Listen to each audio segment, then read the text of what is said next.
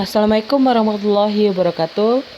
Saya Alfiza, mahasiswa Teknik Elektro Universitas Jambi. Kali ini saya akan membahas tentang termoelektrik generator. Di sini akan membahas yang pertama, apa sih sejarahnya, kedua, cara kerjanya, yang ketiga, bagaimana memanfaatkannya. Baiklah, yang pertama yaitu sejarah termoelektrik. Sejarah termoelektrik ini ditemukan pada tahun 1821 oleh ilmuwan Jerman Thomas Johann Seebeck. Dari penemuan itu dikenal dengan efek Seebeck, yang dimana ia melakukan pengujian dengan menghubungkan tembaga dan besi dalam sebuah rangkaian di antara kedua logam tersebut. Lalu diletakkan jarum kompas. Ketika sisi logam tersebut dipanaskan, jarum kompas ternyata bergerak. Hal itu dinamakan dengan efek Seebeck.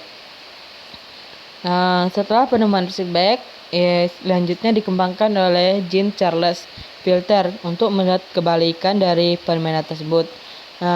Jean mengalirkan listrik pada dua logam yang dilekatkan pada sebuah rangkaian.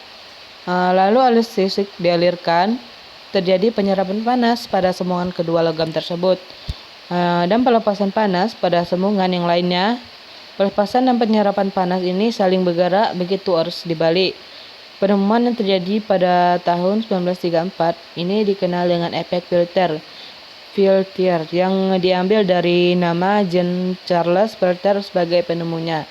Efek Seebeck dan Filter ini yang menjadi dasar dari pengembangan teknologi termoelektrik. Bagaimana sih kerja dari termoelektrik? Cara kerjanya yaitu mengubah energi panas menjadi energi listrik, ataupun sebaliknya mengubah energi listrik digunakan untuk energi panas. Konsepnya yaitu emisi termionik adalah pelepasan ekor dari permukaan logam yang lebih panas ke permukaan logam lainnya yang dipanasi bersama-sama. Selanjutnya itu pemuatan termoelektrik. Di sini saya akan membahas dua pemuatan, yaitu pembangkit daya power generation atau thermoelectric charger sebagai alat konversi energi panas. Beberapa pembangkit tenaga listrik sudah menggunakan metode yang dikenal sebagai cogeneration, di mana sampingan tenaga listrik yang dihasilkan selama proses ini digunakan untuk tujuan alternatif. Dengan menggunakan termoelektrik, panas yang dihasilkan selama proses yang alami pembangkit akan diubah menjadi listrik, sehingga panas yang dihasilkan tidak terbuang secara sia-sia. Yang kedua itu thermoelectric charger sebagai alat konversi energi panas pada knalpot motor atau buang motor bakar menjadi sumber energi listrik. Jadi termoelektrik itu ditempelkan atau dihubungkan pada knalpot. Jadi knalpot yang panas itu akan mengubah energi panas menjadi listrik menggunakan termoelektrik. Kemudian termoelektrik itu kan berarus dengan DC, jadi kurang baik untuk disimpan terlebih dahulu pada baterai. Kan pada baterai itu pengisiannya kurang stabil, jadi digunakan kontrol pengisian atau charger control. Untuk menyimpan listrik digunakan baterai atau yang bisa seperti power bank dan lainnya.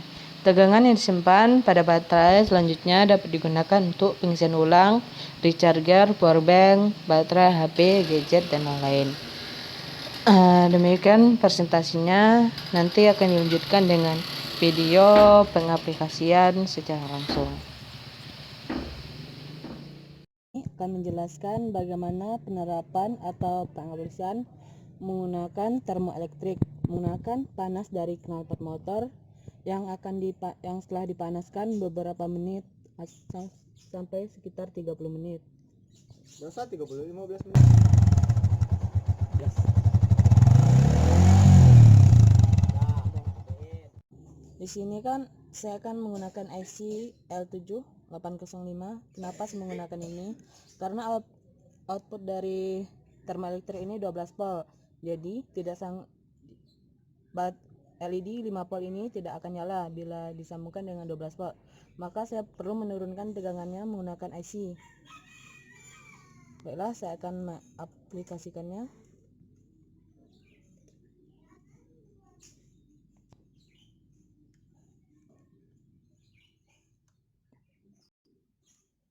Pas. Lampu menyala karena diturunkan arusnya menjadi 5 volt. Demikian video dari saya penggunaan termoelektrik. Lebih kurang saya mohon maaf. Saya ucapkan terima kasih.